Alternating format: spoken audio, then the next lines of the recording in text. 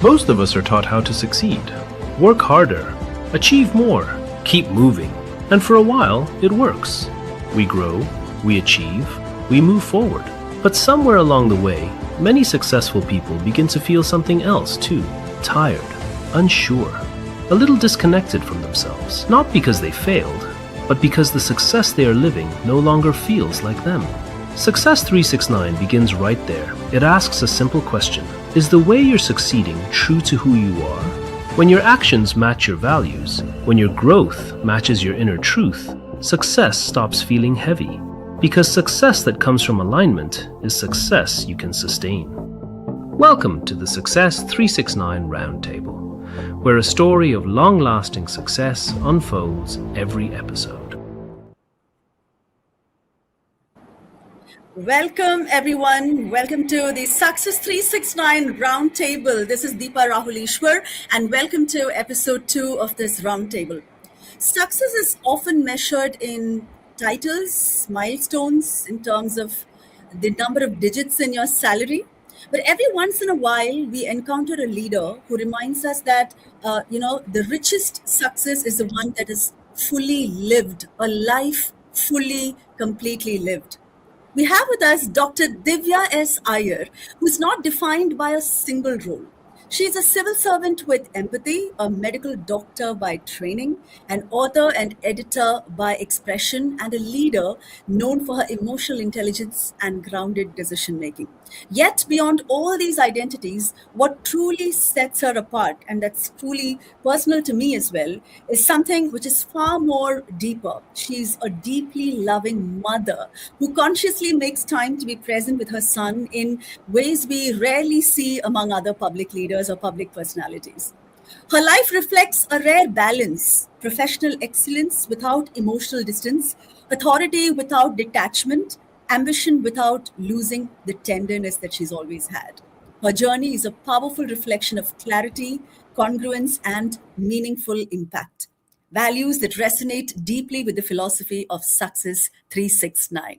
Today's conversation, ladies and gentlemen, is not just about achievements, but it's about the person behind those achievements, the choices they've made, the convictions, and the courage to live a truly multidimensional life. It is an honor to welcome a leader who proves that success is not just something you achieve, it is something you truly embody. Ladies and gentlemen, please join me in welcoming Dr. Divya S. Iyer, IAS Managing Director of Birmingham International Seaport. Welcome to Success 369 Roundtable, ma'am. It's an absolute pleasure, and I'm truly, truly thrilled to be with you on this panel today. Welcome. Thank you. Thank you so much, Deepa, for the warm and rather generous words of welcome. I don't know how loving I'm of all of that, but definitely I think, it has set the tone high and open and couldn't get better. So thank you so much for having me over Thank to you. your esteemed show. And good evening, Dr. Ajay Kumar and Praveen as well, and the entire audience out here. I look forward to Thank you. sharing my thoughts with you all and listening from you all. Sure. Welcome once again, ma'am. And we have with us Dr. Ajay Kumar. He's a COO of Emercom. He's an author, a management thinker, a life expert, I would say, art curator. He's a Global Asian of the Year 21-22. He's the world's best emerging leaders, WCRC International 2022. He's also the recipient of Economic Times Global Leaders Award. Right, recently in 2025, he was named among Outlook's visionaries of the $5 trillion economy in 2026. He's author of 7 books, including Business Gita and Zero to Success in 369 Days, which is the basis of this concept of Success 369. So he's the architect of Success 369 concept. He's a TEDx speaker with his talk going beyond 1 million views. He's featured on Forbes India, Outlook, Economic Times, CIO Today, and of course, like I said, the founder of Success 369, a senior corporate leader driving large-scale transformation across GCC and India. Welcome, Dr. Ajay Kumar, once again to the Success 369 Roundtable. You don't need an introduction, you don't need a welcome, because you are an embodiment of Success 369, but still, I would like to extend a warm and generous welcome to you. Thank you. Moving on to our next panelist today, Praveen Parmeshwar, who is also the co-author with Dr. Ajay Kumar on Success 369. He's a life designer, career coach, author. He's the CEO of lifeology.com. Interesting name, isn't it? Praveen Parmeshwar, CEO of Lifeology, is a renowned lifologist, author, again, a TEDx speaker, and a career educator with over 21 years of experience in education, skill development, career management. Under his leadership, Lifeology has become a Guinness World Record winning organization recognized for its work in creating innovative career design platforms. He's delivered speeches around the world on career management and a lot of other topics related to human development and been a most sought after keynote speaker for international events. Lifeology, his own company, Lifeology, has been featured on Forbes India, Fortune India, and was awarded the prestigious Times Business Award in 2024 for innovation and the use of AI in education. Welcome, Praveen, to the Success 69 Roundtable. Welcome, both of you, Ajay and Praveen. Thank you, Divya. Okay, so let's move on. I mean, where do I start? I still remember the time, Divya, when, I came to know that there is this new IAS officer that we have. She's a doctor, good looking, and speaks extremely well. And she's written books and all of that. And then I see you on stage singing with Srimati K.S. Chitra, and you sing so well. And then I see you carrying your son and speaking on stage, giving a speech. And then I see you with gray streaks. And then I see you also coming out with like wonderful concepts through your books. I see you coming out with an album, again, a socially conscious, social responsible song written by you, sang by you. And who exactly are you, Divya? I mean, it is absolutely, you've got so many faces to yourself. The question I want to ask you today is, who are you? And this is the foundation of Success 369. It starts with who am I? So with so many talents, with so many faces, when did you realize who you really are and how did you realize that? I think that's one of the most unique questions I have ever been, thrown at so far. And I think as one can imagine, the answer would not be in a single word. I don't think it's very easy to define who you are, and I believe that there is no need to define who you are, and that is the only reason I have been able to do all that I've been doing. I don't believe in trying to define myself and put myself in a box, and neither do I put other people in boxes. And that is how I think I look at relationships also. Probably we'll talk about it in the next question. But as far as I'm concerned, I think that growth is the only constant in life, and that is one truth that I have always stuck to. And Okay. for me, if you ask, you see this recent bloom in Kochi that's going viral right now, no? Yes, The yes. blooms, the cherry blossoms, as we would like to call it. It's our lives are all like that in a certain sense. At some point of time, you bloom, and then suddenly the world, goes in awe of it. Suddenly, someone looks at it. Suddenly, you grab people's attention, and suddenly you go viral. All of that happens, but that is only a single point in the life cycle of the entire tree, right? So Right. if you were to ask that tree, who are you really? Are you really just those cherry blossoms out there, which is so soft and feminine and adorable and viral worthy? No, it's not, Yeah. right? So Yeah. I think human beings are exactly like that. At some point of time, you're the seed that is really buried deep underneath, in the dark soil out there, trying to, amass some kind of nutrition, some kind of juices to just get you going and, just sprout out of the earth, go through that entire struggle. And then when you sprout, you think that, oh my God, yes, I have sprouted. I have seen Yeah. daylight. I have seen the sunlight. Now that's it. Everything is going to be cool from now on. And then you realize, no, it is not. Yeah. Working through the sunlight is as difficult or more difficult. Yeah. And then there is sudden rain and shine and everything else that gets thrown at you. And, so I think I generally tend to look at myself akin to how a tree grows, as philosophical as it might sound, but that is how I convince myself that change is inevitable Yeah. and growth is your only aspiration. A tree never sets a destination for itself and says that, okay, I am going to grow only up to this height. Oh, Mm. or a tree never tells itself that I am going to grow only 10 branches, or Yeah. I am going to, flower only these many flowers. There are no targets, there are no numbers, there are no figures, there are no destinations, right? Yeah. But growth is the only destination, and that is a process.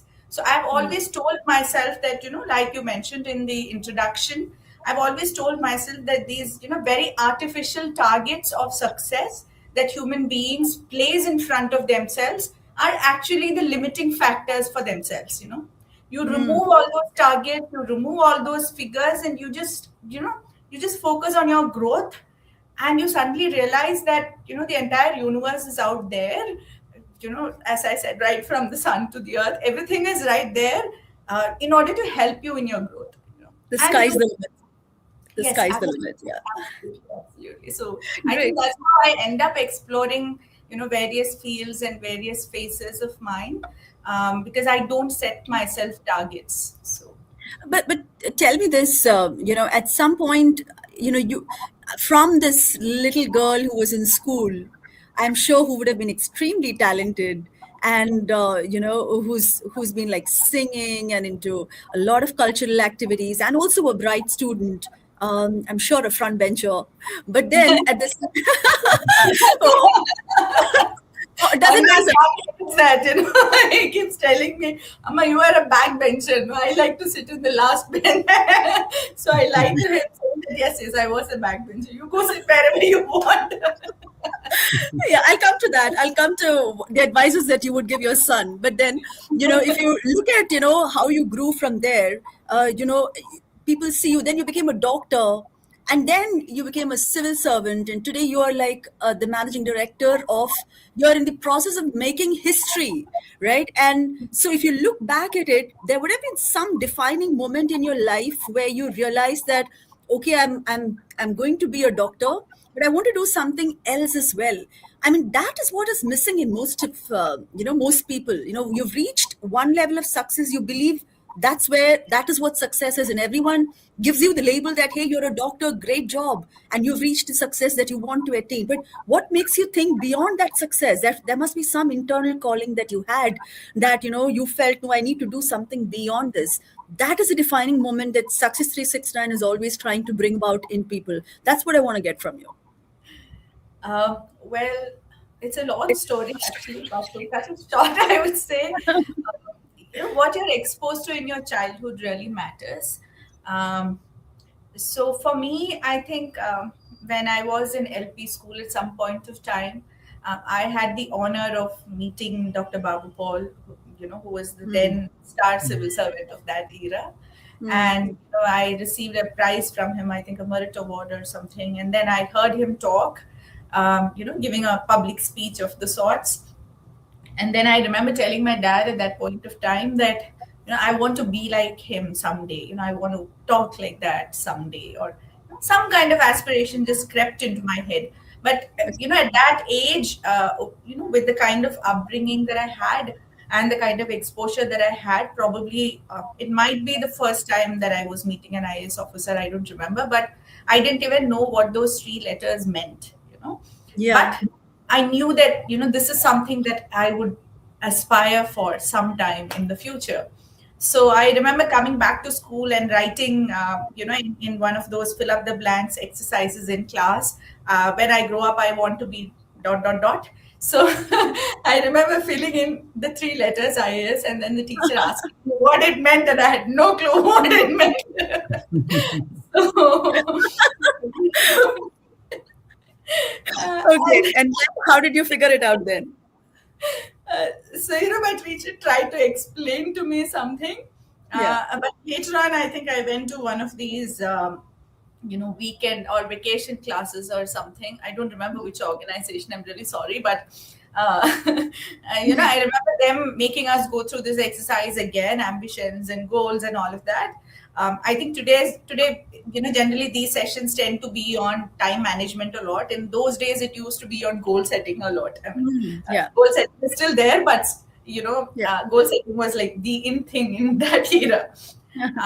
So in one of those vacation classes, I think I figured out what it actually meant. And then I started kind of looking out for IAS officers, in schools when they used to come for events as celebrities, as chief guests, and all of that. And whenever I used to see these photographs in newspapers and magazines, and also, somewhere out there, they were just, Yeah. being spotted all over my brain Yeah. map, probably. Suddenly you But started seeing all the opportunities and everyone around you. That's what you started seeing more. Exactly. Yes, Yeah. yes. So when you want to look at those things, they would appear in front of you, and you would Yes. start noticing them, right? Yes. So Yes. I think that process happened pretty early in my life. But Okay. after that, probably when I was in UP school at some point of time, say class 6, 7, etc., I really fell in love with biology, and I said, um, all of us are, we're all just biology, actually, so Yeah. if we do not know what we are made up of, what is the point amassing all the other information in this world? Right. First you Right. need to know yourself, just the way you spoke about success, your inner Absolutely. truth. So not only at a spiritual level, but I thought at a bodily level, at a biological level, you need to Yeah. know yourself. So somehow Yeah. that, it kind of became a craze at that point. And then I told myself that, okay, I love to serve people. I want to be with people, but I really want to learn biology also. So let me try to figure out how to amalgamate these two. And that's how I arrived at MBBS as a Oh. as a So course. So actually it's the other way around. So yeah. ഞാൻ actually ഓർത്തത് ആദ്യം മെഡിസിനിലേക്ക് വന്നിട്ട് പിന്നീടായിരിക്കും civil service പക്ഷെ ആദ്യമേ in your mind അല്ലേ and then you wanted this also so Yes. that's how it evolved. So it was And service plus science, how to mix that together, and then I arrived at MBBS. So Okay. when I was awarded the state rank in class 10, those were the days of SSLC and rank Yeah. holders and all that, know. So Yeah. I remember, telling all the media persons at that point of time that I want to do MBBS and then get into civil service, become an IAS officer. So that's something which I had told myself and I had told the world, Superb. And so whenever I got into MBBS, I did my MBBS in CMC Vellore, and every time I would come back home for vacation, my dad would show me this little album that he had made, which is still there at home, with all the paper cuttings, stuck on it, in which I had said these words. And I remember in the Hindu, it said, before catching the train to Missouri, this young lady would like to try her hand at MBBS. That was the line that they had written. I remember that. you know, and Yeah. you won't believe these little things, these little Yeah. gestures Yeah. does have a huge impact on you. That's why, initially I said that your exposure in childhood really matters. Yeah. So Yeah. you know what, in today's jargon, if we talk about it, this was actually a process of accountability that was happening without my knowing that. This is Yeah. actually a Yeah. process of accountability that was happening with myself. I had Right. told myself at 15 years of age that this is what you're going to do, and I didn't keep it a secret. I didn't say it only to my accountability partner, but I just blurted it out in front of the whole world. Right. And that was there right in front of my eyes, staring at me. Okay. So in some sense, but I wouldn't call it a pressure at all, because it was just a fancy idea at that point of time. Because for me, or for my parents, or for people who mattered to me, um, we didn't, we are a very, what do you say, ordinary middle class family. So Yeah. we didn't have any doctors within the family or within reach. Yeah. We didn't have any civil servants, IAS officers within reach. So, you become anything that would still be considered great and be celebrated by my family and my loved ones. So there was like absolutely zero No pressure. pressure. Some say, Yeah. yeah. But for the person in me, I think I was constantly reminded of that dream that I had dreamt as a child. And this whole accountability process actually helped me in Yeah. processing it at some point of time. Right. And then once I went to Vellore, as you know, CMC Vellore is an out of the world place. Hmm. It's one of the most beautiful institutions, that can ever exist on the face of the earth. I would think, because it's built so much on values and ethics, and so less on probably the business parameters that Business. one. Yeah. Yeah. So that was a place where they actually enable people to grow. It's a very fertile soil there, Hmm. Hmm. Hmm. not only for patients but for students, for the Yeah. staff members, for everybody who joins the Right. bandwagon. Very fertile soil there. So Hmm. once I joined in there, I remember my then director and some of the senior doctors out there, they were actually trying to tell us, you need to find what is unique about you all, and try and nurture that within yourself, and you'll be a better person when you step out of this institution and all of that. And they helped me identify that I have this some sort of a leadership streak in me, as they called it. I didn't know what that meant at that point of time. Okay. But you wouldn't believe that, as an MBBS student, they would actually give me special permission to, not attend to regular classes and step out of it if there was, say, a leadership in healthcare national conference going on in Hmm. Bangalore or in any of the Hmm. nearby places Yeah. around, or Yeah. say, friends on bioethics that was going around, or something on public health that's going around. That Hmm. interface between leadership and medicine, or public health care and medicine. If there are any activities going around, I would be like the only student representative sitting there, right there, attending the conference. So Yeah. they genuinely wanted me to explore that leadership streak within me, I think. And Hmm. probably, it was Only accumulated that. experiences that finally led me into Got it. taking. Yeah. So I think it's a lot of things. എനിക്ക് തോന്നുന്നു നമ്മുടെ എല്ലാവരുടെയും കണ്ടുകൊണ്ടിരിക്കുന്നവർക്കാണെങ്കിലും നമ്മുടെ എല്ലാവരുടെയും ലൈഫിൽ ആ ഒരു inspiring moment ഉണ്ടാവും. Like how Divya said right now, when she met Dr. Babu Paula Iyer, that was the defining moment. നമ്മുടെ എല്ലാവരുടെയും ഉള്ളിൽ അങ്ങനെ ഒരു മൊമെന്റ് ഉണ്ടാവും. It's about reminding ourselves of that, and also about committing. I mean, she went out there and committed, and she had this responsibility to stick to that commitment. So that's And amazing. Now, Deepa, yeah, just Ajay, one more thing yes, to add. Actually, yeah, on the surface, these roles may look very different. yeah, I mean, if you see Dr. Divya's journey, yes, but the underlying principles, according to me, are the same. Like it has clarity, discipline, yes, responsibility, and leadership. And yes, I think absolutely. key is clarity. When you know who you are and what you stand for, different Yes. interests don't compete with each other; they complement each other. That's what exactly happened in Dr. Divya's case. And let's Yeah. take, since she's a doctor, let's take Mm. the example of Michelangelo. He Yeah. had an intense fascination with human anatomy, something that appears at first glance far remote from art, yet that Yeah. deep study of muscles or structure, whatever, Mm. became the very foundation of his mastery in sculpture and painting. So two seemingly opposite domains did not compete with each other; they completed each other. And I think this Parallelly, is an important yeah. lesson for our time. And in fact, when approached consciously, diverse interests sharpen perspective, expand thinking, and create original insight. That I think you brings all. me to my question to you, Ajay. Actually, I was just directing my question to you. See, many people are told that to succeed, they must, like Dr. Divya had said in the beginning, you need to put yourself in a box, and she doesn't like to do that. She said so. Many people have said that their advice that you must narrow yourself, you need to focus on one thing. Yet Ajay, you seem to have embraced that versatility so much. I mean, you are the producer of Sarvamaya, and you are the COO of Emercom, and you promote art in Kerala so much in your own capacity. You have such a wide range, and you're an author as well. You speak on TEDx, so you are yourself somebody who has so much versatility in you, right? So I wanted to know, like, what has helped you see this range not as a distraction, but as probably as a strength? And how did you have the courage to go ahead and not really be boxed up into one of those, but go ahead and explore all of those? how did you see it in a positive way?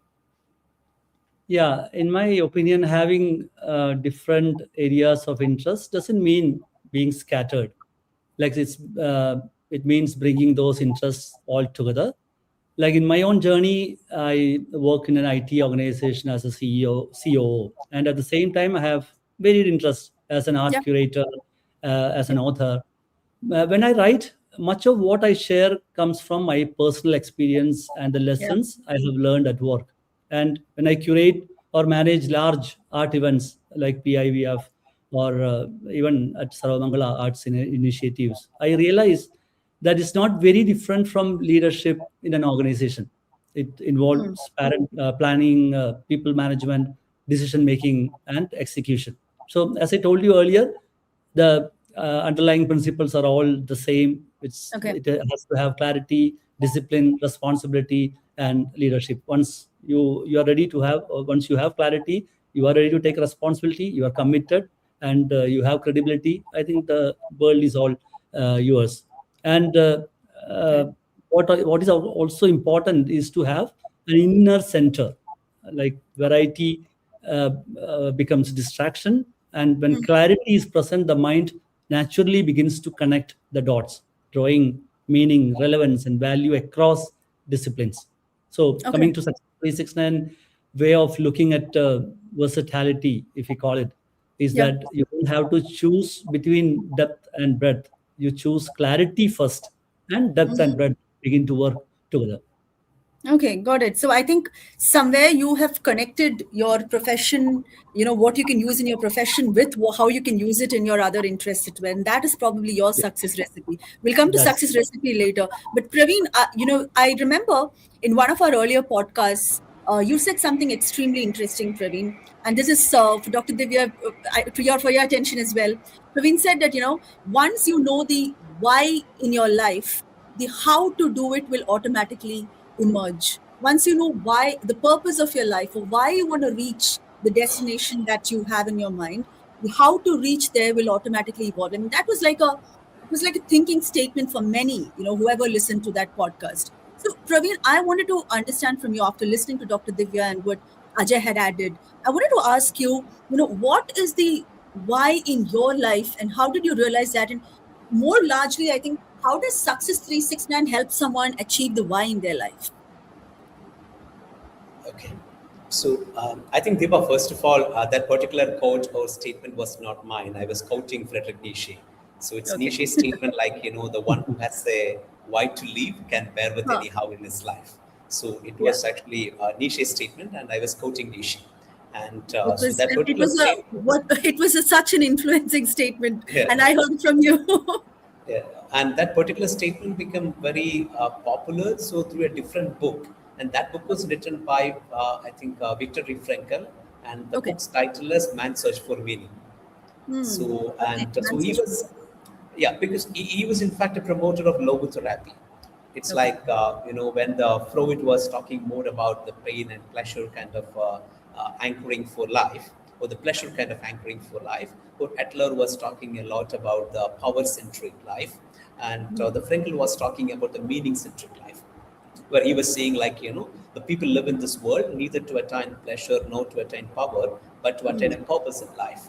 So Okay. every time we are trying to find that purpose, and that particular purpose may be big or large, or it can be in anything in the life of a person. It can be like so I live in this world to feed my children and make them better citizens, or Yeah. giving them a better life.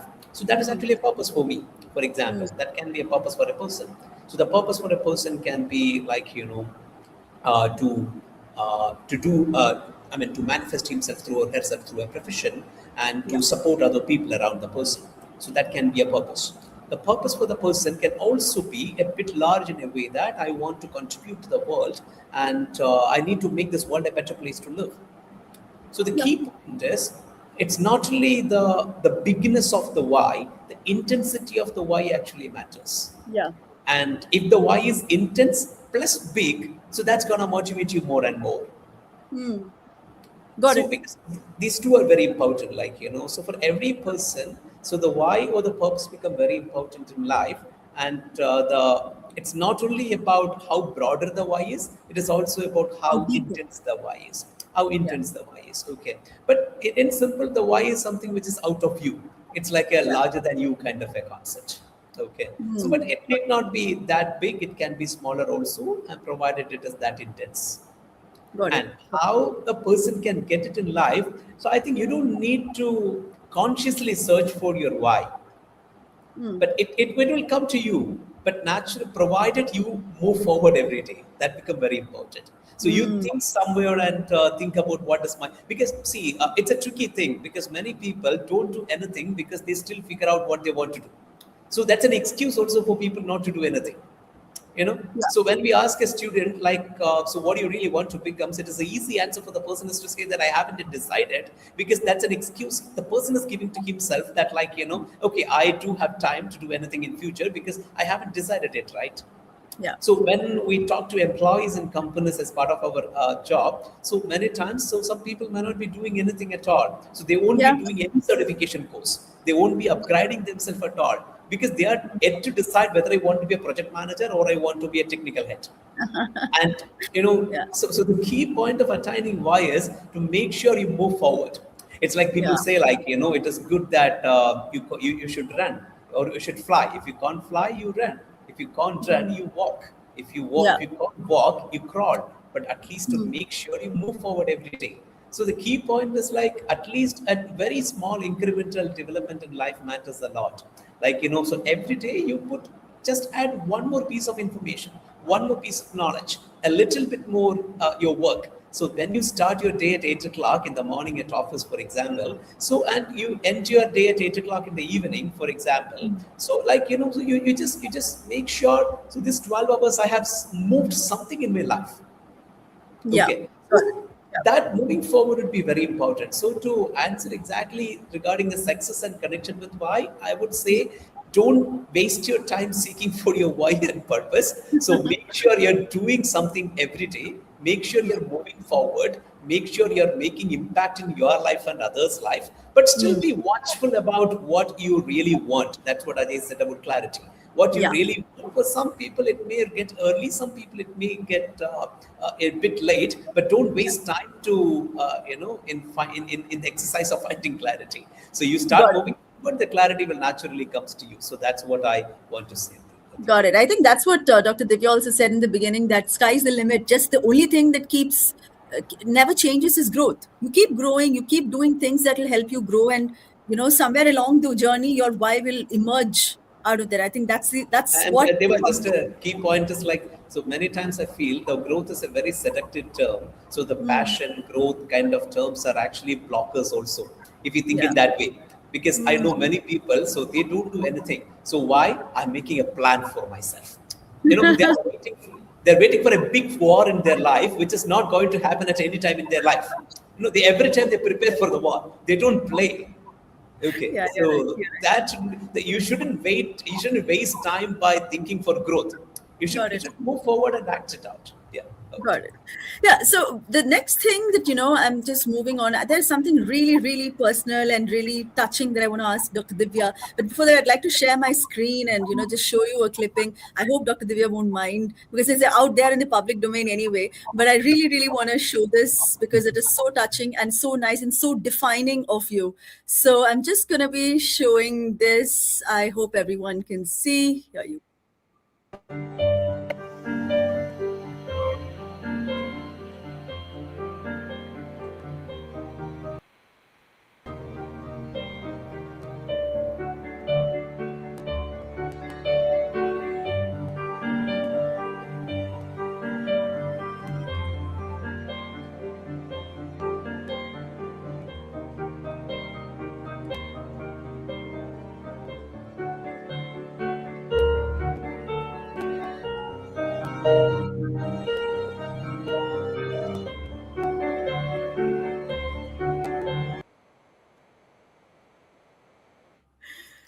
I think this is one video that, really, really, what can I say, as the mother in me could really relate to it because I probably would do the same thing. But I'm not a civil servant, and it doesn't really matter if I carry my child with me, or whether I don't do that. But what I really wanted to know is, you are someone who's never shied away from being yourself. Dr. Divya, you are so true to your identity, and I wanted to understand if this is a conscious attempt to align yourself with the way you show up in public. So it doesn't matter who I am outside.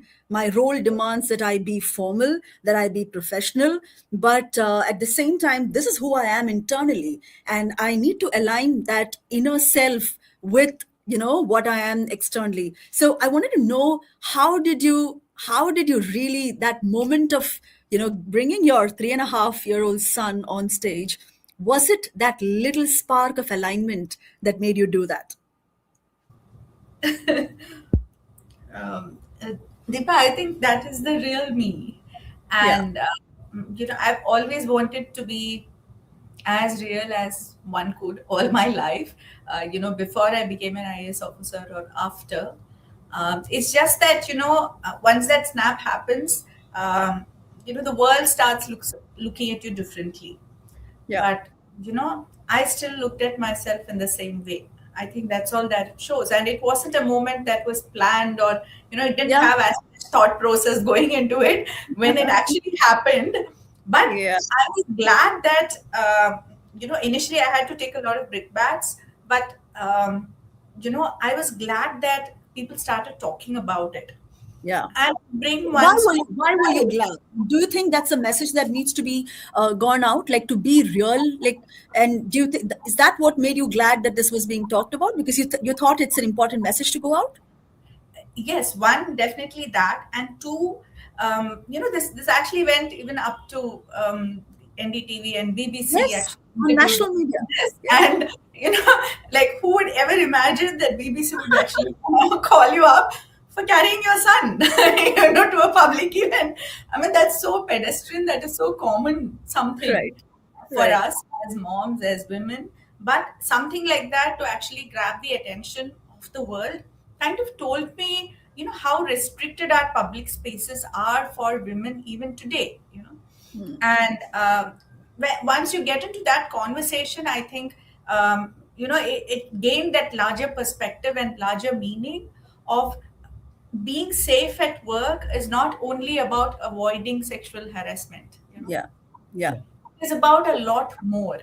It is also about how parenting as a responsibility needs to be shared. It is also about how our public spaces need to be child friendly. Children are not tomorrow's citizens. Children are today's citizens, right?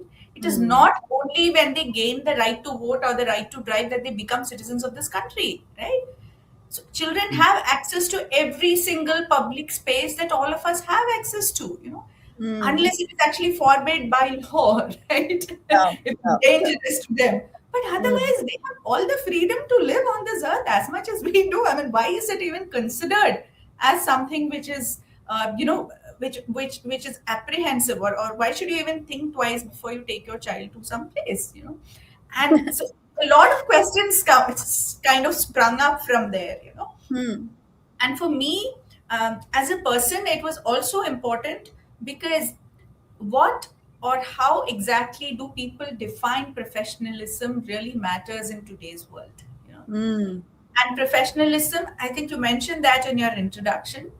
um, if you de-link your emotions from your work, Yes. that is not professionalism. That does not make you professional. That makes you a fake professional. you know when you are a true professional, you're honest to yourself, and you're not afraid to announce to the world your priorities. Right. And that's exact. I think I just did that. For me, that was the biggest gain. So that kind of opened up this whole world in front of me, wherein I didn't have to pretend to be, say, not interested in beauty, or not interested in cosmetics, or not interested in wearing good clothes, or not interested in being emotional, not interested in showing my emotions in front of others. not interested in family. I'm just so grill focused on just the work in front of me, and I'm such a boring person.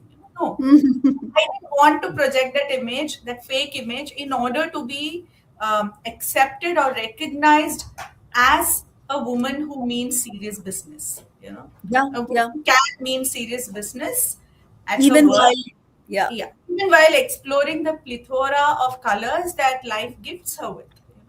And I wanted to embrace all of that in all its glory. And this, to me, was a turning point for that, because it was, it unwittingly was, and intentionally, that kind of opened the floodgates for that. So, no, no, after so much being discussed about motherhood, I just yeah. said, okay, I can just be myself. Thankfully, I need not really. Absolutely.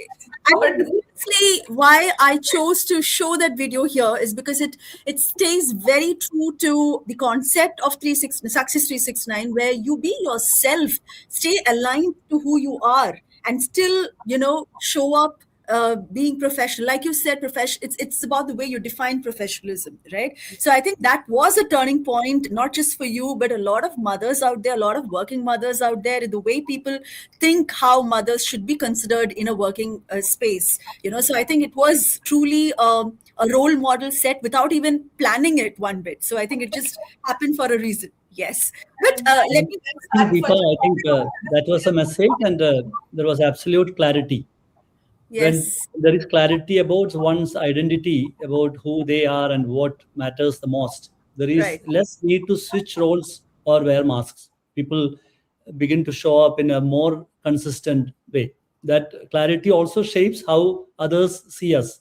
Over Right. time, people don't judge us by what we say, but by what we repeatedly do. And our actions slowly define our reputation. I think that was I uh, think that's the magic word. I mean, when you have clarity, you become consistent in the way you show up, because now everyone knows that Dr. Divya is Iyer, well, she's just true, or she's the most genuine person. She'll just behave the way she behaves at home. I mean, she's herself, and that part is consistent. Everyone, it's very predictable for everyone how you would respond to something, because you are just true to yourself. Just want to ask you something else, Dr. Divya. So it's nowadays branding is so important. I mean, people tend to use every platform they get, be it YouTube, be it social media, on Instagram. Personal branding becomes very important. I've been following you on Instagram for a long time right now, and I see your posts are also a reflection of who you truly are. I mean, they're not like very flamboyant, flashy Instagram posts for the reach or the likes that you get, but they're beautiful from the heart posts of a very compassionate leader, of a really loving mother who's nurturing the next generation, and supported by soulful music, not like all professional kind of music. And you're pretty active on Instagram and on social media as well that way. I always see your stories and your posts coming at least twice a day. So I wanted to understand how important you think is personal branding. And after that, I would want to hear from Ajay also, who has really strong use of branding. And I admire him for the way he brands himself. And he relentlessly does that, because there are certain ways in which he wants to project his values. And he never shies away from doing that. So I'll come to that. But Dr. Divya, tell me about how you look at personal branding today. Deepa, I don't quite know if I relate with the word branding as much as connecting. For Okay. me, I started off my Insta account, if you noticed, was when I was about to leave Patramthita as district collector. So until that point, I was not active on social media at all. The district collector Patramthita had an official page, which was already, quite famous because of my predecessors, had a lot of followers. So I had to kind of, try and ample up to that pace. And I remember joining as district collector sometime in July. And until that Shabrimala season, if you look at the district collector page, it would be very, very dull because I was almost an absent person on social media, because I didn't have any personal accounts at all. So it was difficult for me to tell myself that at the end of the day you need to figure out what to post on the social media page. And of course there is an office team that would do it, so it was mostly them. That personal touch was not there for a few months. And once Sabrimala happened, I knew that I had to really reach out to the pilgrims, and that was one of the biggest challenges that I had professionally, Okay. to hold a Shabrimala pilgrimage, to bring it back to its full glory after 3 to 4 years of hiatus. We had lots of issues there. We had the floods happening, we had legal problems. It was kind of a broken system at that point of time. So that was one of the biggest challenges that I had. So at that point, I decided to use social media as a tool to connect with pilgrims and with the public as such. Okay. And that's how my journey with social media actually started. It started with the Shabrimala pilgrimage. And when I was about to leave Patnamthitta, after 2.5 years, that you would be shifted out. So at that point of time, you wouldn't believe, actually, my staff, my personal staff in the collectorate, they started an Instagram account for me. And they told me that when you go from here, we want you to keep posting photos on Instagram. And that's when this account, because once you leave this place, you're not going to be on social media again, and all of us here are going to miss you so much. So even if you don't want to write anything, just keep posting photos so that we can see you. Okay. So that's how you got motivated to put up your personal posts. Not just motivated. They started an account, they had the password, and they started posting photos on that themselves when I was there in Patnamthitta itself. So much so that I actually got the password of my Instagram account only after I got transferred here. And then they had to literally give it to me. Like, I didn't even know what was happening on that in the first few posts. So Okay. it's just a funny instance, but I'm just saying, how I kind of got they slowly kind of glided me into that, I would say. Social media. So it was, Would it was it- just a way of connecting with people, because Yeah. I thought, there were so many people who really wanted to kind of connect with me at some level, and I love them all as much, and so I just kind of yielded into that. But then later on, I figured out that this was also a medium wherein you can actually connect with people in a seamless fashion. Social media as such is probably the most democratized form of communication, right? So Yeah. it has good, bad, ugly, everything in there, but at the end of the day, that is still probably the most democratic form of communication. Wherein so that is one aspect of social media that I really admire also. Yeah. So So for me, would it be right to say, sorry to interrupt, would it be right to say that, you would look at branding in such a way that, being somebody who is in touch with the public, branding comes with what, communicating what you stand for, so do you think that is also important? Like, so now through your Instagram post, it's very clear, like, what you stand for. You're not this very, for typically very restrained kind of a leader, but you are someone who is very approachable, a people friendly person. So that's the value and that's your brand. So do you think expressing what you stand for is important through branding? Yes, I think, again, connecting with people has always been a part of my life and a part of my aspiration, as I said, right from my childhood. So this is one way of my trying to express that aspiration, I would say. And it's also like a personal diary in a certain extent. So it's Right. it's something that people who love me, people who want to look into my life, can take a look at whenever they want. So it is that's why I gave you the background. It was mostly to cater to the kind of connect that people wanted at this point of time. I think in different eras, people like to connect with each other through different mediums and at different levels.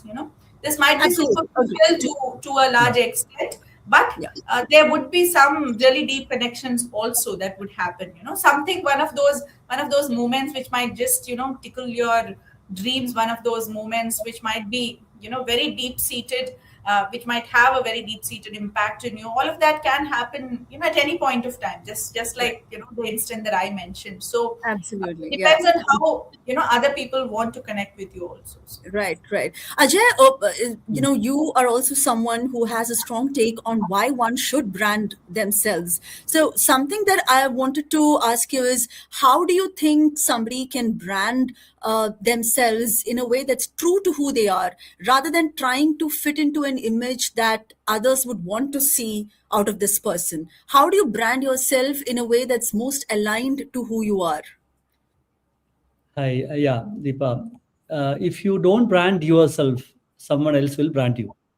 And Right. when that happens, the story told about you may not always reflect who you truly are. And the Absolutely. challenge today is that many people try to design an image first and then live into it, which creates pressure, inconsistency, and eventually exhaustion. And I believe a personal brand works best when it is discovered, not manufactured. It should emerge naturally from, again, clarity about values, intent, and the kind of impact one wants to create. And the real work is not branding yourself louder, it is living with such coherence that your brand becomes unavoidable. A strong personal brand is simply how people come to see you over time. Right. When what you say publicly matches who you really are, it doesn't feel forced because you are not acting, you are being yourself. And Right. personal branding isn't just about being visible, it is about being consistent and honest. And after listening to Dr. Divya, I think instead of branding, we can use like your identity as you are should match with the perception that people have. Maybe I should take Absolutely. more input from Praveen and you about this. Yeah, absolutely. I think that's what Success 369 also talks about. If Praveen, you I want to think add I, something? I yeah, do I have. just want to add something. No, it's a very short point. It's like, Yeah. so the key issue in the public perception is, so the branding is, the word branding is in fact Mm. connected, usually it connected traditionally, historically, and even in the current days, it's connected Yeah. with companies, where it is connected something like, the products or companies are paying an external person or Commercialized and Yeah. external consultancy to commercially position that particular product into the mind of people, and they spend money to it and promote. Okay, yeah. so I think in fact to a large extent we need to demystify that concept of branding too. So what exactly that, because that's why in the Success 369, so we try to promote the branding as a self communication or a self manifestation, or like because it's like you decide so in which way you want to connect with people, so what the people should know about you, and what type of a communication you want to give it to people, so that kind of decision which you have to take. Okay, so it's about every person need to be very clear about it. So so who am I, and what kind of a communication I need to make to people, and what kind of a connect I should create with people. Because if not, as Ajay was saying, so people will be taking it in a very different way altogether. So we Right. have to demystify that particular branding concept a bit. And one more point I wanted to share with you was like, so some of the concepts, I mean, some bold move, it is very important to make sure, like, so we are aligning ourselves with the society very properly. For example, so I usually think, so when exactly a society become a very safe space to live or a safe space to travel, that is the day when a person who found so 100,000 rupees in a purse in an auto rickshaw, giving it back to a person is not Yeah. becoming a news. So why it becomes a news? A politician walking from his home to the secretariat becomes a news. A Yeah. politician traveling in a bus is becoming a news. So why a politician traveling in bus is becoming a news? Why a person getting a lost and found item being returned is becoming a Yeah. news? Why Mm. a mom carrying child to the stage is becoming a news? It's because, like, so these kind of very natural, very true, so very genuine things are not the common trend in the Common. society. So that's why these things become, so we have to promote the concept of genuinity to a large extent, because then only we get a genuine society altogether. 100%. So 100%. these kind of, so the genuinity need to be part and parcel of the society. So the world become a very good place and interesting place to live, or a better place to live.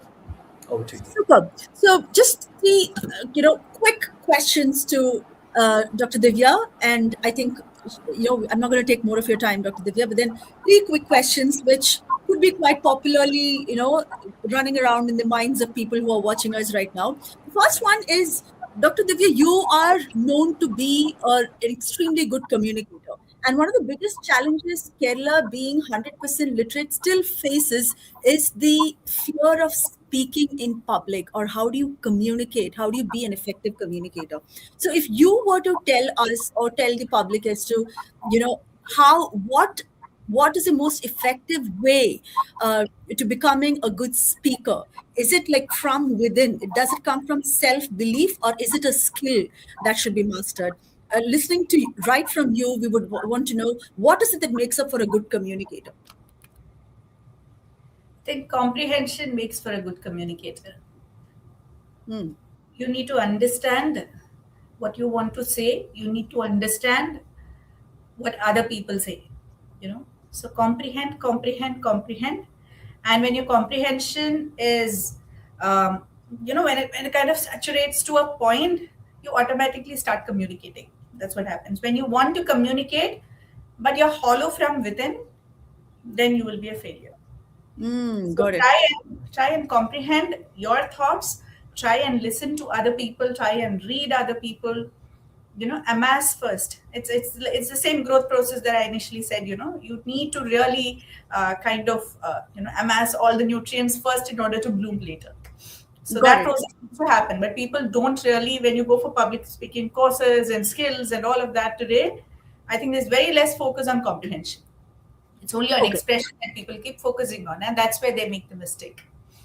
Got it. That brings me to my next question. You were talking about the nutrients that goes into it, and that's very connected to the next question that I wanted to ask you, which is about, do you have a core recipe, a success recipe in your life? Because at Success 369, we believe that every individual has a core success recipe, but they just don't realize it. Because understanding a recipe means analyzing your patterns. What are the ingredients that has always worked for me? And for that, you need to sit, analyze what has worked out for me really well. So that's what we try to do. So I want to understand from you, has there been like 2 to 3 ingredients that has constantly worked for you? One skill of yours, one strength that you've had, one value that you always hold close to you, or one person who's always been that challenger, that criticizing person.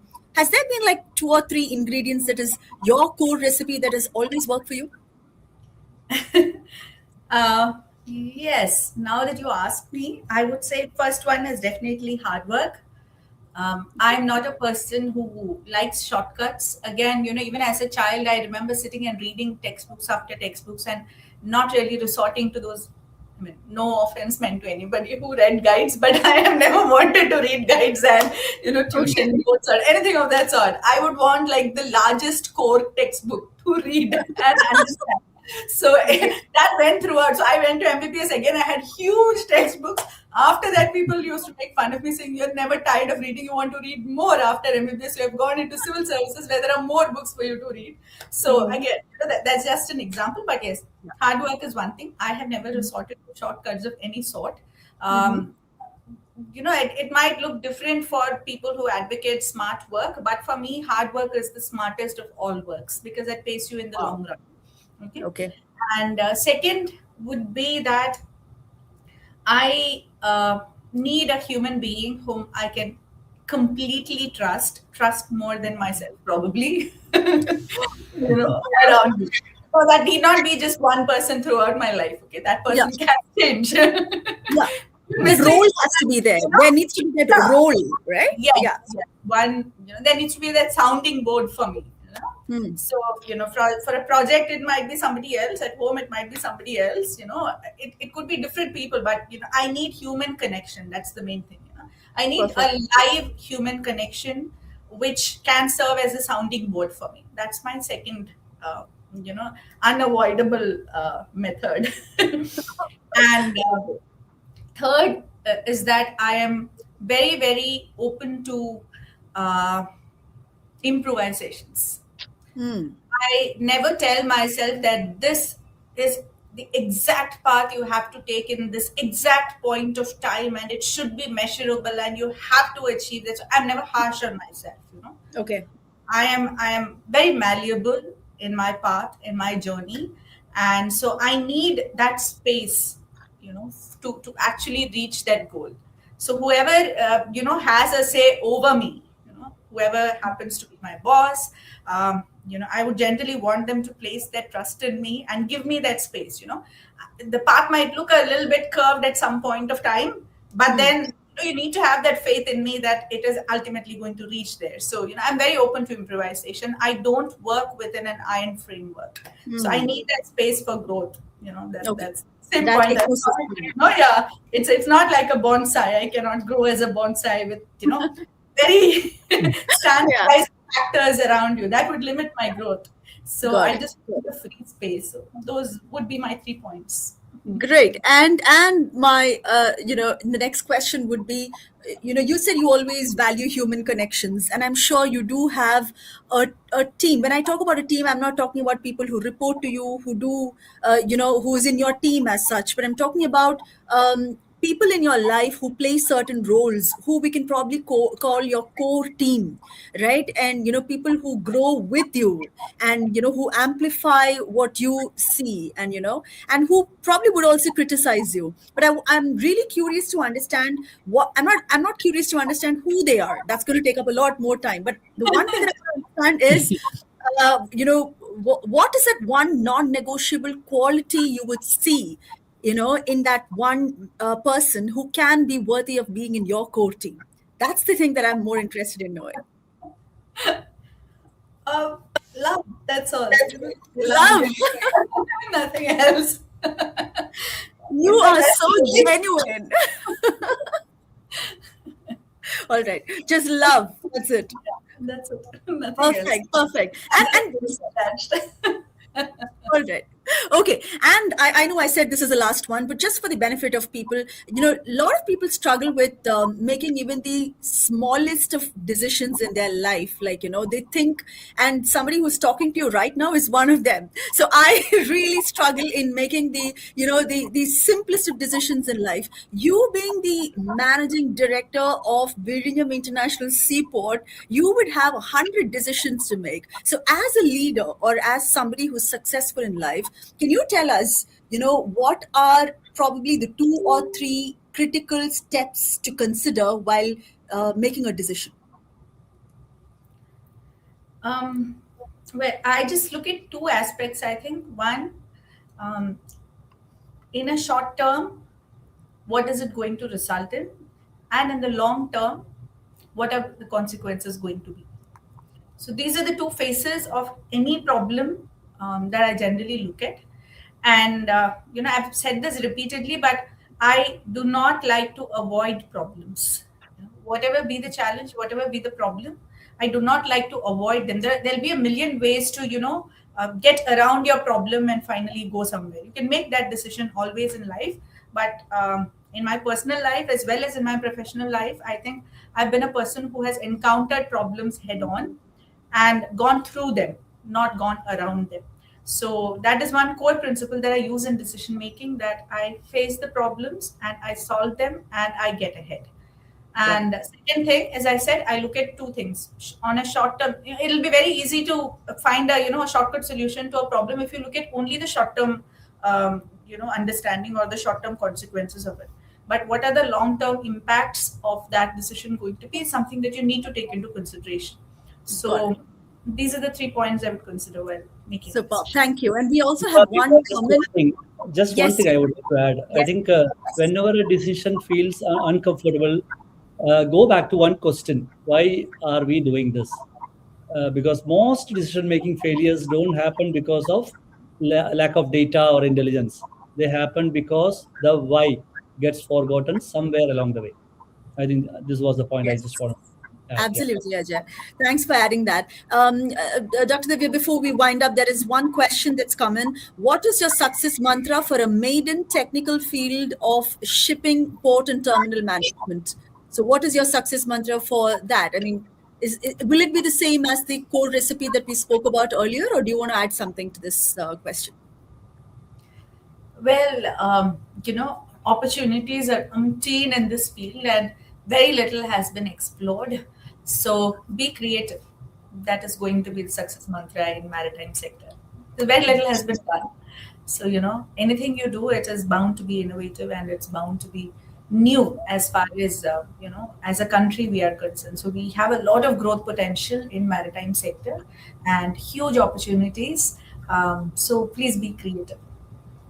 Thank you so much. There are a lot of other questions coming in, but I do know that your time is. I know that because I've been chasing you for so long for this, and I know how difficult it is. Your schedule has been really tight, so I'm not going to take up more of your time, Dr. Divya. I would really, really like to thank you on behalf of the entire Success 369 team for joining us, for discussing this beautiful concept, and for taking us through your life, which is an embodiment of all of what Success 369 is all about. It's about clarity. It's about aligning to your true self. It's about branding in a very genuine way. It is just what our framework stands for.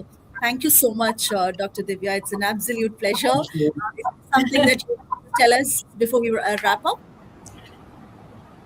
Thank you. Thanks a lot, Deepa, for really conversing with us as if we were just sitting in a little coffee shop and chatting over a cup of coffee. That's how comfortable you made us feel, and I think that is the core of everything that we have all spoken. You just did that. Making the other person feel comfortable is the starting point towards your success as a team. So kudos to all of you for helping us do that. And thank you so much, Dr. Ajay Kumar and Praveen, for your insights as well.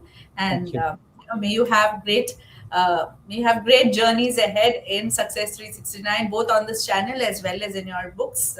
Really look forward to seeing other faces of y'all as well, movies and books and whatnot. So thanks a lot, you so and wonderful audience I'm sure are there, though I can't see them from here. But Yes. thank you all. Lots of love to all of you. Stay kind. Thank you. Thank you so much, Dr. Divya. So, ladies and gentlemen, that was Dr. Divya S. Iyer, IAS, with us on Success 369 Roundtable.